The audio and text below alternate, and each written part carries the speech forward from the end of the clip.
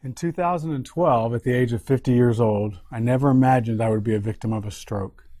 A stroke brought on by a loss of blood caused by undiagnosed Crohn's disease and medication prescribed as a result of a misdiagnosis for restless leg syndrome.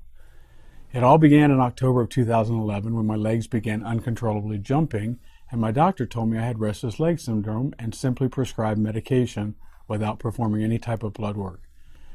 After 2 90-day prescriptions were exhausted, I called for a refill and requested that the medication be tripled as I had begun to have to take the medication at 11 a.m., 1 p.m., and finally again before I went to bed. My primary care physician called me back on Friday afternoon and said, "Something's not right. The dose of Requip you're on should give you 24-hour relief. We need to do some blood work," which we scheduled in his office after the weekend on Monday morning. Unfortunately, with the first step I took out of bed on Saturday morning, the very next day, I hit the ground and woke up in the emergency room. We learned in the emergency room that I had Crohn's disease and that I also was bleeding internally because of a perforation. The perforation was due to a blockage that didn't pass through my body and eventually burst through my intestine. Crohn's patients do not have the essential enzymes that properly break down food so that nutrients feed the body and organs as they pass through. If by chance the food consumption does not eventually pass through the digestive system, a blockage can occur. By the time the food does break down, it is actually waste as it passes through your body. If it doesn't break down, it can cause blockage, perforation, blood loss, and even a stroke. This was very new and scary information to learn, especially when you are the primary caregiver for your 83-year-old father with stage 3 Parkinson's who lives with you. Unfortunately, however, over Memorial Day weekend, just a few short weeks after my hospitalization, I actually suffered a stroke during the night and woke up to find that my left arm, left leg, and left foot were not responding.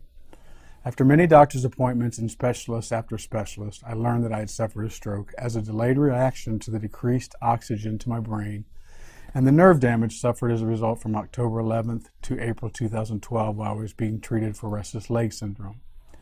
So heeding the doctor's warning, I began to make changes to my eating habits, work-life balance, sleeping patterns, and so on. Even as I record this message over 5 years later, I'm still undergoing treatments to repair the nerves on the entire left side of my body, which are responding at a rate of 8 times slower than the right. Additionally, I'm also on all types of medication to ensure that the dystonia in my hand is controlled, as well as the tremors and seizures in my legs and arms are controllable and minimized. It takes 49 pills a day to accomplish this.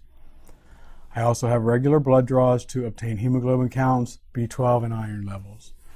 All of this because the initial signs were ignored, blood work was not completed, and various initial misdiagnoses misdirected the doctors with regard to my treatment. I heard everything from ALS to muscular dystrophy to multiple sclerosis. Finally, a world-renowned neurovascular specialist at USF identified the stroke, which was hard to believe at first until the blood loss tied to the oxygen depletion over the extended period of time between October and May was explained, and then it all made sense. But now this was very real, and I was told that major adjustments needed to be made to my diet, my lifestyle, because even after 9 bags of blood and 6 days in the ICU, when I was finally released from the hospital, my hemoglobin had only improved to a 9.6, and the target goal is 18 when you have Crohn's. So now I'm warned by each physician I see, the next one, meaning a stroke, could be life-altering. This is something you don't want to have to be afraid of now at 56 years old. But once you've had a stroke, the likelihood for another, and even more and more, is almost inevitable. It had been 2.5 years since my initial hospitalization, but I did suffer another setback in December of 2014, when another Crohn's-related gastric bleed had me in the ICU for 5 days. With each transfusion, the physicians now have to match not only your blood type, but all of the antibodies in the blood to the best of their abilities. This can at times create a lengthy wait, which can be life-threatening. Today I can't say that every day is easy. I wish I could. There are days when I am still in so much pain that I cannot find any relief no matter which medication is taken. This is a result from the damage to my nerve endings, again caused by the loss of oxygen and blood which led to the stroke. Pain signals from my brain are sent to the nerve endings all over my body, when the pain can sometimes truly be non-existent. With all this being said, however, each day is still a blessing. The biggest blessing of all is that I found a way to reconnect my brain to my voice through singing again. Shortly after my stroke, I developed a serious stutter and lengthy delay in my speech because my brain was not connecting quickly to my mouth. I think initially some people were really happy about that. Through memorization, repetition, and a lot of hard work, I've been able to repair this damage. So as you can see, with the help of the AHA, on 2 separate occasions, I've chosen not to live my life in a bubble, but to change my behavior and lifestyle and pay attention to each and every daily sign, especially after my December 2014 reminder. At the same time, I'm living each day to the fullest, and I'm happy to say I have since accomplished things I had only dreamed about prior to my illness, and for that I'm blessed. I didn't see any of this coming, and it's hard for me to share my story because I'm a very private person.